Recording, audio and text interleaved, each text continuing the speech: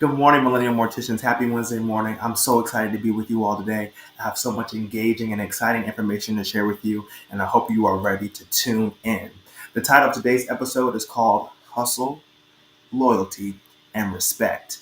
Those infamous words you may have heard from the likes of John Cena and WWE Wrestling, but I think a lot of it applies to funeral services. So I'm going to break down those words to you guys, empower you, get you through the week, get you energized and ready, and kind of refocus you on while you're in this, while you're doing this, and most importantly, how to stay active in it. So first and foremost, hustle. You have to have hustle in funeral services. You have to be on the move. If I had to tell you the most important thing I've learned in this whole internship process, in my internship in mortuary school, is you have to be ready to move. You cannot be in one space stationary.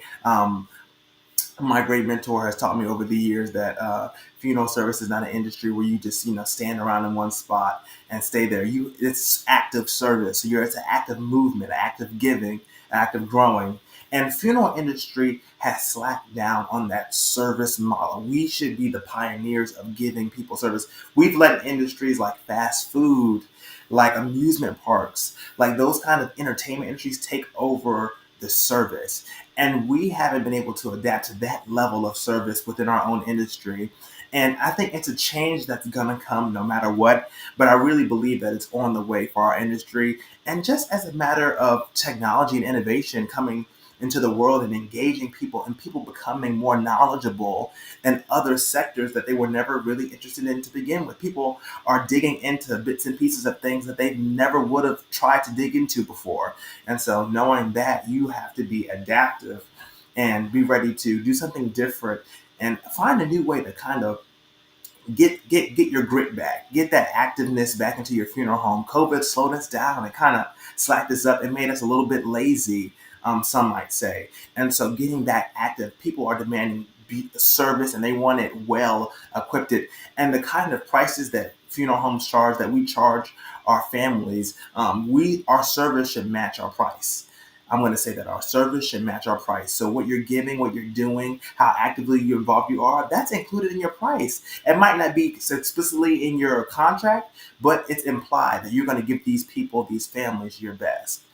And physically, the part of hustle, that's the demand that it is that you have to be active in and outside of the funeral home. I know for a fact I walk over a mile or two in the funeral home alone, in the cemetery, in a day. And that's not even counting driving cars and doing other small tasks throughout the day. So you really need to make sure that you are keeping your body healthy and active, eating healthy foods, taking mental breaks, going on walks outside of the workplace. I think that's so important. Just on a nice cool day, if you have a few free minutes, if you're not too busy, if you're not too tired, go outside, go on a walk, and kind of give your brain some time to settle down, to relax. We're always on the move. This is a movement industry. Things are changing right now as I'm speaking. And so you in your funeral home need to be ready to handle this new hustle that's getting ready to take over in our industry. And what you're going to see is it's going to birth through technology, and it's going to start affecting the next generation of funeral directors and morticians and the hours that they're working, the way they work. What you're going to see is those kind of changes, the demand. Taking work home, you're going to see a whole new level of intensity in the industry in the next few years. And I'm believing that my audience, you guys are going to be prepared. You guys are going to be knowledgeable in the things to do. Number two, the loyalty. Now, let me tell you, goes both ways. Being loyal to the funeral home you work at, as a trusted professional and individual, is such a sacred part of our job, such a sacred part of what we do, because you are a part of that brand. You become a part of that family, that funeral home. And so a lot of times I see people, the millennial morticians out there, they'll jump around a little bit to find a funeral home that's the right fit. That's perfectly fine, but you don't want to jump around too much. You want to show that you have stability in this industry, that you're here to stay, that the workplace can rely on you in the future, and that you are an asset to the industry as a whole. So we want to see that you can be used as a mobile working individual, that you come to work on time, that you're prepared, and that you're loyal to the brand you work for. If you're going to do a funeral for that funeral home, if you're there, you sign the contract, then you're there. And just at that funeral home or wherever they place you in their other locations, maybe even.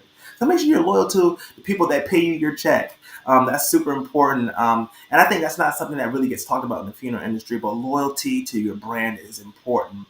And not only that, but you don't want people to get mixed up between which funeral home you're at and just jumping around. You want to show that you're stable in the industry and who you're with. And on the back end of things, the consumers themselves, they have loyalty to your brand as well.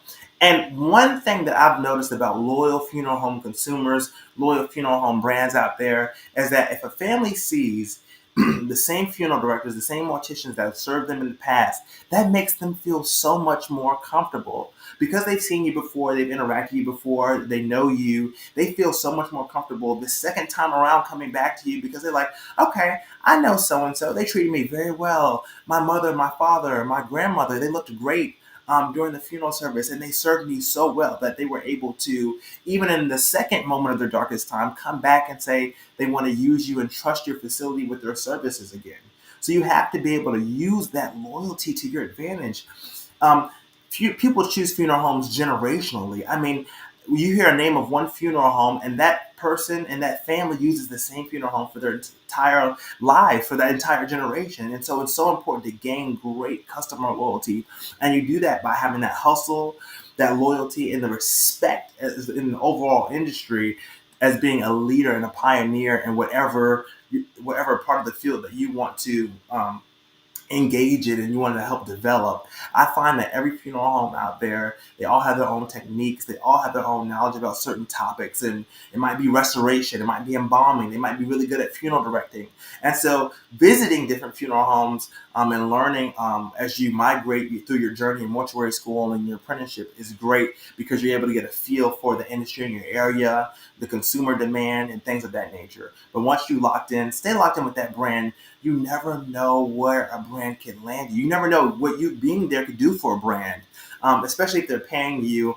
And this industry can be very profitable if you play your cards right and you serve people well, and you're following the rules and regulations of the federal and on federal and state level. So make sure you're staying and keeping your licenses and things like that up to date, and just being able to be an asset to a business. You do not want to be a liability at all. You want to be an asset to the funeral home, and having a loyal customer base. I mean, it can really save a dying funeral home, or a funeral home that's slowing down, not doing as many numbers. So you could be that tool to help increase the sales in that area.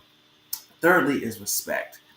You have to be mindful of the environment we're living in. People need somebody they can talk to, that they're feeling like their opinion is accepted and respected. And you want to do that by allowing consumers to feel like, okay, I'm in this funeral home, I made a great choice. They're listening to me, they're respecting me.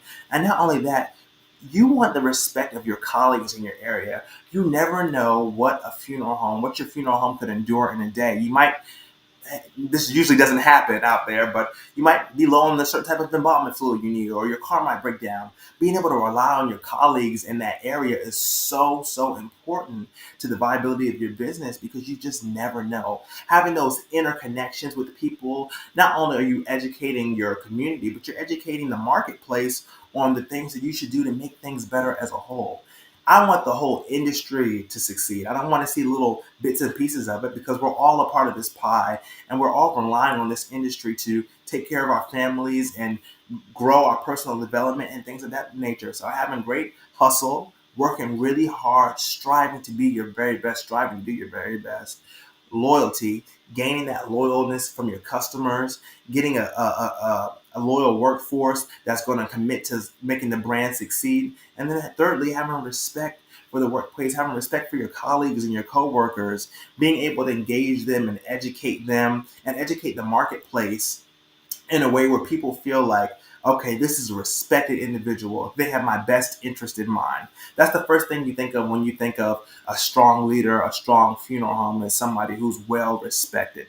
And they're respected not just because of the time they put in the industry, but they're respected because of the value and the things they bring into the funeral home that are able to turn things around for the people, not just locally, but in their community. I always say funeral homes have a national reach now.